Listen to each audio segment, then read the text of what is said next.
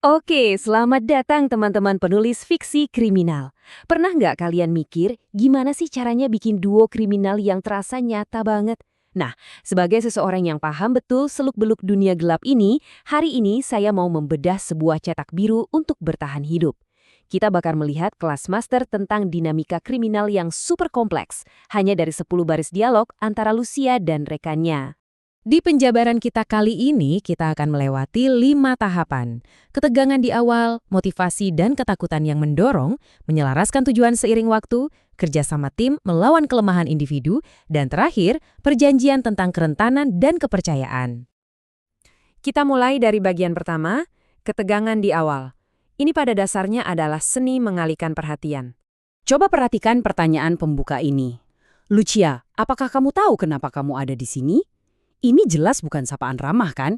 Pertanyaan ini murni dirancang layaknya sebuah interogasi. Ini adalah penegasan kekuasaan yang secara paksa menuntut protagonis kita untuk memberikan jawaban yang jujur dan rentan. Dialog yang luar biasa itu bukan cuma soal membagikan informasi, tapi tentang menunjukkan siapa yang pegang kendali sejak detik pertama. Dan saat ditekan dengan pertanyaan mematikan itu, respons Lucia ini brilian banget. Dia menolak kelihatan lemah. Bukannya jujur, dia malah pasang perisai defensif dengan bilang, mungkin karena nasi buruk.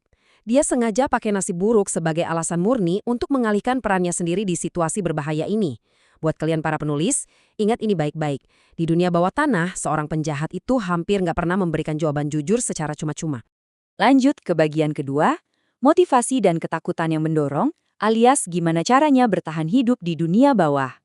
Nah, poin krusialnya ada di sini. Saat dinding pertahanan mulai retak, kerentanan asli mereka akhirnya bocor juga. Kata-kata melewati ini menunjuk langsung ke ancaman raksasa yang lagi mengintai mereka berdua. Mereka ini lagi nggak merencanakan liburan akhir pekan, teman-teman. Mereka berdua lagi berusaha keras buat tetap bernapas. Jadi, apa sebenarnya makna tersirat dari melewati ini? Itu bisa berarti kegagalan total, ancaman penangkapan yang nyata, pengkhianatan tingkat tinggi, atau bahkan nyawa yang melayang. Itu adalah beban berat yang selalu dipikul setiap karakter kriminal.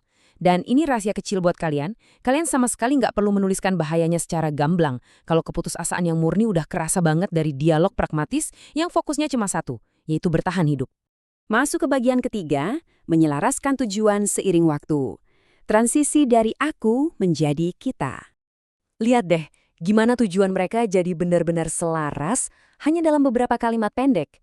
Ini adalah evolusi bahasa yang super cantik. Awalnya mereka terpisah, saling lempar kata kamu dan aku sambil pasang duri defensif. Tapi kemudian mereka melebur jadi satu unit kolektif yang mengandalkan kata kita. Pergeseran kecil di tata bahasa ini langsung memetakan pertumbuhan karakter dan kedalaman hubungan mereka detik itu juga. Sekarang kita bahas bagian keempat, kerjasama tim versus kelemahan individu, atau mekanika untuk bertahan hidup. Kalau sendirian, karakter kalian itu rentan banget, punya kelemahan fatal. Mungkin yang satu cuma mengandalkan hoki, sementara yang lain gampang gegabah dan sendirian. Kalau dibiarkan berjuang sendiri, mereka ini gampang banget dijatuhkan. Tapi, begitu mereka menggabungkan kekuatan jadi satu tim, mereka langsung punya struktur pertahanan yang solid. Persatuan inilah yang nutupin titik buta mereka masing-masing dan jadi senjata utama buat selamat dari gilanya kekacauan di luar sana. Dan perhatikan kalimat ini, adalah dengan tetap bersama, menjadi sebuah tim. Makna tersiratnya sekarang berubah jadi deklarasi yang terang-terangan soal strategi bersama mereka. Kalimat ini menjabarkan cetak biru perampokan atau operasi mereka dengan sangat simpel dan jelas. Udah nggak ada lagi basa-basi, ini adalah momen di mana mereka mengakui kelemahan individu yang diatasi lewat kekuatan kolektif. Nah, ini bagian yang paling menarik. Ada kontras yang tajam banget antara apa yang mereka ucapkan dan apa yang tubuh mereka butuhkan. Di satu sisi, ada sorakan euforia, kalian tahu kan, adrenalin liar dari melakukan kejahatan itu sendiri. Tapi di sisi lain, lihat bahasa tubuhnya, cengkraman tangan yang begitu erat. Realitas sebenarnya adalah kebutuhan fisik yang benar-benar sunyi dan putus asa akan struktur bertahan hidup. Ini bukan sekedar bersenang-senang, mereka harus menempel erat satu sama lain, karena kalau enggak, mereka berdua bakal jatuh bareng.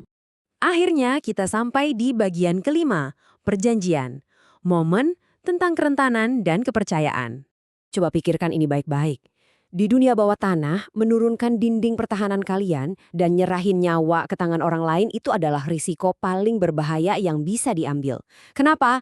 Karena pengkhianatan itu udah kayak mata uang sehari-hari. Ini benar-benar melawan insting kriminal manapun. Makanya kalau kalian bisa membangun momen seperti ini dalam tulisan kalian, dampaknya bakal luar biasa kuat. Lalu muncul dua kata ini, percaya, percaya. Cuma lewat dua kata yang saling memantul ini, seluruh interaksi mencapai klimaksnya. Semua topeng nasib buruk, interogasi sengit di awal, dan sisa-sisa adrenalin tadi lurus seketika. Yang tersisa di sana cuma kerentanan yang murni, mentah dan mutlak dibutuhkan. Nggak ada jaminan apa-apa. Cuma ada kepercayaan buta demi satu sama lain untuk bertahan hidup. Jadi, rekan-rekan penulis, saya mau meninggalkan kalian dengan satu pertanyaan provokatif ini. Sudahkah kalian membangun ketegangan dan ketakutan yang mendasar dalam dialog kalian? Sampai-sampai perjanjian kepercayaan akhir antar karakter ini terasa benar-benar pantas didapatkan? Gunakan cetak biru ini. Biarkan karakter kalian bertarung, bertahan, dan pada akhirnya terpaksa saling percaya. Terima kasih banyak sudah bergabung di penjabaran kita kali ini. Sampai jumpa di analisis kita selanjutnya.